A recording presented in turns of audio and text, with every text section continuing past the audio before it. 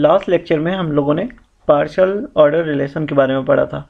ठीक है, एक ऐसा रिलेशन जो रिफ्लेक्सिव हो, एंटी सिमेट्रिक हो, ट्रांजिटिव हो, उसे हम पार्शियल ऑर्डर रिलेशन बोलते हैं। तो हमने देखा था कि कैसे एक पार्शियल ऑर्डर रिलेशन को पार्शियल ऑर्डर सेट की फॉर्म में हम लिखते हैं। ठीक है, तो आज उस पार्शियल ऑर्डर सेट के लिए हम लोग एक डायग्राम ड्रॉ करेंगे। ठीक है, कुछ स्टेप्स का यूज़ करेंगे और पार्शियल ऑर्डर सेट के लिए एक डायग्राम ड्रॉ करेंगे। तो उस डायग्राम को ही हम बोलते हैं हैश डायग्राम। ठीक है, तो देखते हैं कि क्या स्टेप्स हैं और हम लोग कैसे डायग्राम ड्रॉ करेंगे। So in general we can represent a finite poset using this procedure. ठीक है, what is poset? Poset is partial order set. ठीक है, कंफ्यूज नहीं होना है इसमें।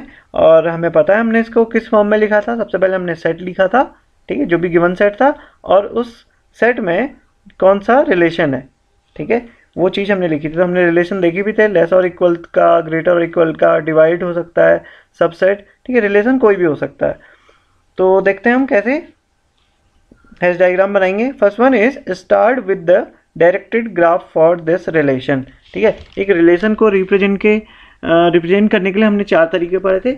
Matrix representation, graph representation, digraph representation and arrow representation. ठीक है, तो डायरेक्टेड ग्राफ में हम क्या यूज़ करेंगे? डायरेक्शन यूज़ करेंगे ग्राफ में। ठीक है, और ग्राफ तो हमें पता है क्या होगा। ग्राफ है तो उसमें कुछ एजेस होंगी और कुछ वर्टेक्स होंगे। ठीक है, तो एक एग्जांपल लेते हैं, उसे हम बनाते हुए चलेंगे। ठीक है, तो for instance consider the directed graph for the partial ordering. और एक रिलेशन मुझे गिवन है, ए इज लेस और इक्वल टू बी, और किस सेट पे ड्रॉ किया है? 1 2 3 4। ठीक है, तो हमें पता है जितने सेट में एलिमेंट्स होंगे उतने नंबर ऑफ एजेस, उतने नंबर ऑफ वर्टेक्स होंगे। ठीक है, तो यहाँ पे बना देते हैं 1 2 3 4। ठीक है, 4 नंबर ऑफ वर्टेक्स होंगी। अब एजेस का पता हमें चलेगा रिलेशन से, तो हमें रिलेशन भी यहाँ पे गिवन है। ठीक है, तो अब ये रिलेशन क्या होना चाहिए? Partial order. ठीक है, अभी मैंने लिखा हुआ है ये पार्शियल ऑर्डर है। ठीक है, तो अब सबसे पहले 1 1 2 2 3 3 4 4 ये गिवन है आइडेंटिकल पेयर। इनको हम कैसे रिप्रेजेंट करते हैं? सेल्फ लूप से। 1 से 1, 2 से 2, 3 से 3 एंड 4 से 4। नेक्स्ट 1 2, 1 इज लेस देन 2, यही मीनिंग है इसकी एज पर गिवन रिलेशन। ठीक है, तो यहाँ पर हम एक एज बनाएंगे 1 और 2 के बीच में और एरो भी लगाएंगे। ठीक है, डायरेक्टेड होना चाहिए ग्राफ। ये क्या दिखा रहा है कि 1 इज लेस देन 2, ऐसे ही 1 is less than 3, 1 is less than 4। Next 2 is less than 3, 2 is less than 4, और लास्ट में 3 इज लेस देन 4। ठीक है, ये हमारा पहला स्टेप कंप्लीट हो गया। नेक्स्ट अब हमें क्या करना है? Because a partial ordering is reflexive, a loop a comma a is present at every vertex a। तो अब हमारा जो गिवन रिलेशन है जिसके लिए हम डायग्राम बना रहे हैं वो हमेशा क्या होगा? पार्शियल ऑर्डर होगा। पार्शियल ऑर्डर होगा तो रिफ्लेक्सिव होगा। रिफ्लेक्सिव होगा तो उसमें हमेशा क्या प्रेजेंट रहने वाले हैं? Reflexive pairs, sorry identical pairs. ठीक है, जिन्हें हम डायगोनल पेयर भी बोलते हैं। तो डायगोनल पेयर के लिए हमेशा लूप आएगा। ठीक है, तो आगे क्या लिखा है? Remove these loops. ठीक है, क्योंकि अंडरस्टूड है कि अगर कोई भी एक वर्टेक्स है, ठीक है, इसमें अगर हम सेल्फ लूप ना भी बनाएं, अगर ये पार्शियल ऑर्डर है तो बाय डिफॉल्ट ये इसमें आइडेंटिकल पेयर प्रेजेंट होंगे। ठीक है, तो हम सेल्फ लूप को हटा देते हैं। ठीक, केवल क्या रखेंगे अब? 1 2 3 4। ये पहला स्टेप था, ये दूसरा स्टेप है। तो दूसरे स्टेप पे हम क्या कर रहे हैं? हमने लूप, सेल्फ लूप्स हटा दिए, बाकी सारे एजेस हम ऐसे ही ड्रॉ कर लेते हैं। ठीक है,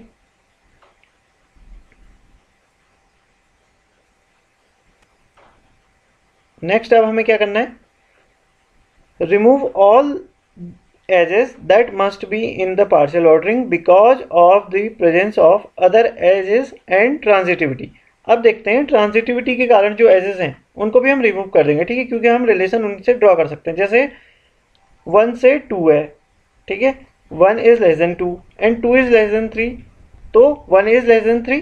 ठीक है, ट्रांजिटिविटी से तो हमें ये 1 इज लेस देन 3 वाली एज दिखाने की जरूरत नहीं है। तो स्टेप 3 में हम लोग ट्रांजिटिव एजेस जितने भी हैं उन्हें रिमूव करते हुए चलते हैं, ठीक है। यहाँ पे 1 2 3 एंड 4, तो हमने देखा था 1 is less than 2 and 2 is less than 3, ठीक है। तो 1 is less than 3 by default हो जाएगा ट्रांजिटिविटी से, तो इसे नहीं हम यहाँ पे डायग्राम में शो करते हैं, ठीक है। ऐसे ही 2 is less than 3 and 3 is less than 4, तो 2 इज लेस देन 4 ये भी हम नहीं दिखाएंगे, ठीक है। ये भी ट्रांजिटिविटी दिखा रहा है, तो हमने ट्रांजिटिविटी वाली जितनी भी एजेस थी उनको हटा दिया है। एक और यहाँ पे क्या थी, 1 से 3, 3 से 4, सो 1 to 4, ठीक है। तो हमने ये भी हटा दी है।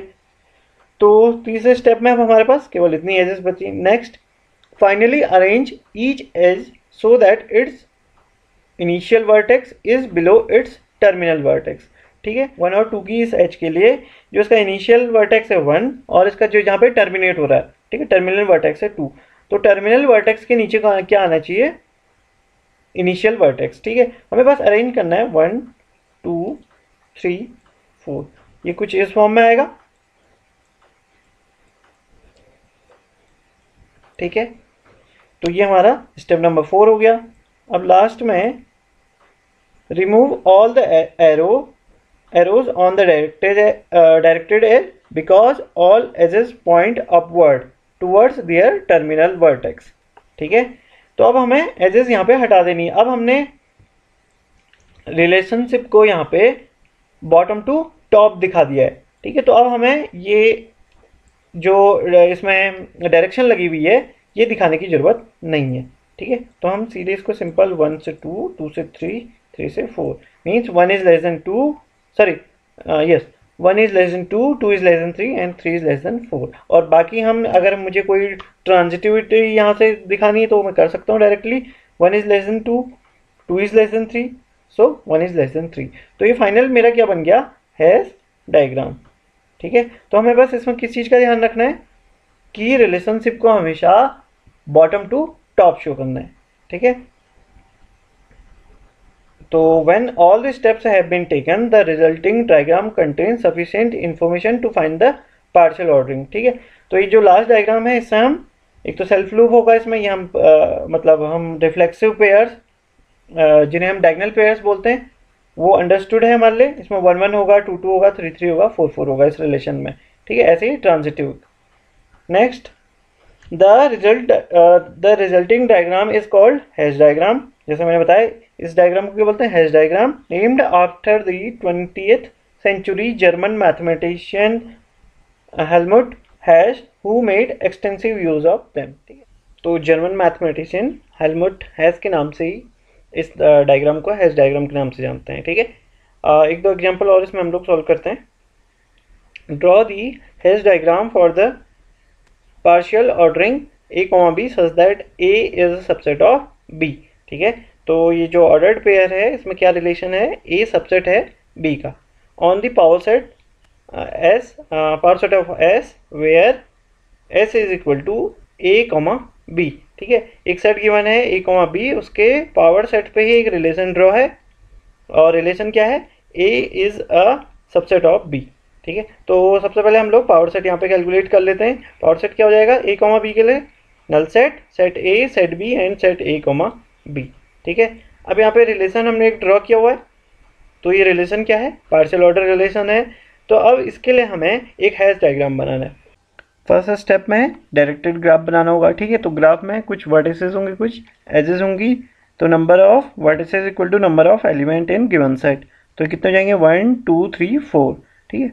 5 set A, 5 set A, set B and set a, b, ठीक है। उसके बाद हमें पता है कि every set is subset of itself, ठीक है। तो 5 का सबसेट होगा a, सेट a का सबसेट होगा सेट b, सेट b का सबसेट होगा, ऐसे ही सेट a b के लिए। तो इनके लिए यहाँ पे क्या आएगा, रिलेशनशिप दिखाने के लिए सेल्फ लूप, ठीक है। तो सब में सेल्फ लूप आ जाएंगे। डायरेक्टेड ग्राफ बना रहे हैं हम लोग।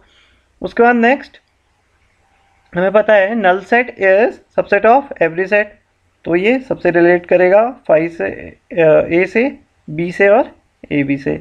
उसके बाद a is subset of ab and b is subset of b, ठीक है। ये तो बन गया इसका डायरेक्टेड ग्राफ।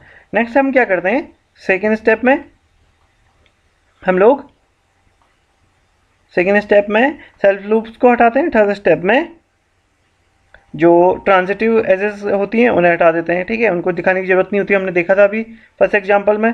तो मैं ये दोनों स्टेप इस वाले सेकेंड वाले में कंबाइन कर देता हूँ, ठीक है, सेकेंड वाले डायग्राम में। तो सेल्फ लूप हटा देंगे और ट्रांजिटिव एजेस को। तो phi is subset of A and A is subset, sorry, phi is subset of A is subset of A B.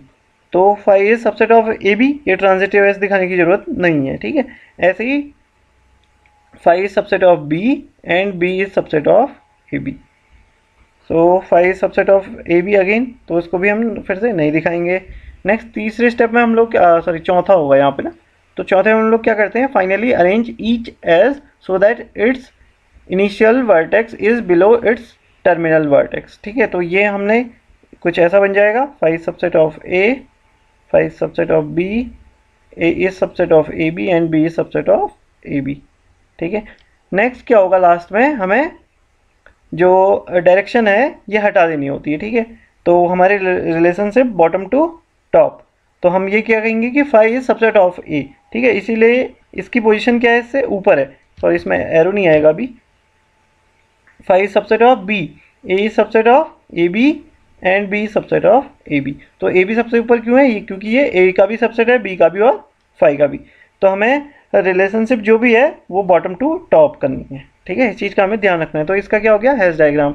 Next एक और एग्जांपल देखते हैं। Draw the hash diagram representing the partial ordering ordered pair given है a, b such that a divides b, ठीक है। Relationship क्या है, a b को डिवाइड करेगा, ठीक है, और एक सेट गिवन है। तो इस रिलेशन के लिए ऑर्डर्ड पेयर कुछ ऐसे आएंगे, ठीक है, मैंने पहले से ही लिख रखे हैं, और ये पार्शियल ऑर्डर सेट है, ठीक है, पार्शियल ऑर्डर रिलेशन है। तो इसके लिए हमें हैश डायग्राम बनाना है। तो अब हम इस क्वेश्चन में जो हमारे इनिशियल 4 स्टेप है, ठीक है, इनको स्किप करते हैं और हम डायरेक्ट ट्राई करते हैं कि हम लोग हैश डायग्राम डायरेक्टली बना पाए, ठीक है। तो हमें कोई डायरेक्टेड ग्राफ नहीं बनाना है, हमें सेल्फ लूप नहीं हटाने, मीन्स सेल्फ लूप वाला हम उसमें रखेंगे ही नहीं, ठीक है, कि उन्हें हमें हटाने की ज़रूरत पड़े। और ऐसे ही हम ट्रांजिटिव एजेस भी नहीं ड्रॉ करेंगे। तो शुरू करते हैं फिर ऐसे। तो हमारा सबसे जो पहला एलिमेंट है वो है 1, नेक्स्ट एलिमेंट है यहाँ पे 2। तो हमें देखना है 2 से पीछे जितने भी एलिमेंट है, ठीक है, क्या ये 2 को डिवाइड करते हैं या नहीं, क्योंकि रिलेशन क्या है, डिवाइड का है, ठीक है। तो 2 से पीछे केवल 1 है, तो ये एक पोजीशन ऊपर आएगा और 1 डिवाइड करता है 2 को, ठीक है। तो दोनों के बीच एक रिलेशन है। नेक्स्ट है 3, तो क्या 2 3 को डिवाइड कर रहा है, नहीं कर रहा है, बट 1 3 को डिवाइड कर रहा है, ठीक है। तो सेम लेवल पे आएंगे 2 और 3, ठीक है, हमने रिलेशनशिप और लेवल दोनों मेंटेन करके रखने हैं, ठीक है। नेक्स्ट है 4 के लिए 3 नहीं आएगा क्योंकि 3 डिवाइड नहीं करेगा 4 को, तो 2 और 1 डिवाइड करते हैं, तो 4 की पोजीशन कुछ ऊपर आ जाएगी, ठीक है। नेक्स्ट 6, ठीक है, अब 6 के लिए 4 नहीं डिवाइड करता बट 2 3 एंड 1 करते हैं, तो इन्हें सेम लेवल पर रख देते हैं। 3 को डिवाइड करेगा और 2 के लिए यहाँ से एज। नेक्स्ट अब देखते हैं 8, ठीक है, 8 को 4 डिवाइड करेगा, 2 डिवाइड करेगा और 1 डिवाइड करेगा। 3 और 6 नहीं करते, तो एक पोजीशन ऊपर कर लेते हैं इसे, तो 4 डिवाइड करता है 8 को, ऐसे ही 2 और 1 भी। तो हमने यहाँ पे हम सेल्फ लूप भी नहीं बनाएंगे और ट्रांजिटिव जो एजेस हैं वो भी नहीं बनाएंगे, ठीक है। नेक्स्ट है 12, तो अब 12 को 8 तो डिवाइड नहीं करेगा बट 4 करता है, तो अब 2 के लिए डायरेक्ट बनाने की जरूरत नहीं क्योंकि 2 डिवाइड 4 एंड 4 डिवाइड 12। तो ऐसे ही 1 का भी सेम हो जाएगा और 6 भी डिवाइड करेगा 12 को, ठीक है। और 3 से डायरेक्ट एज देने की यहाँ पे ज़रूरत नहीं है क्योंकि 3 6 एंड 6 12। ये हमने इसका क्या बना दिया, हैश डायग्राम, ठीक है। तो जितने क्वेश्चन हम और प्रैक्टिस करते रहेंगे तो हम लोग डायरेक्टली हैश डायग्राम बना पाएंगे, हमें सारे स्टेप फॉलो करने की ज़रूरत नहीं है, ठीक है। तो अब हम अपकमिंग लेक्चर्स में पढ़ेंगे कि एक हैश डायग्राम में मिनिमम मैक्सिमम एलिमेंट्स कौन से होते हैं, ठीक है। Thank you.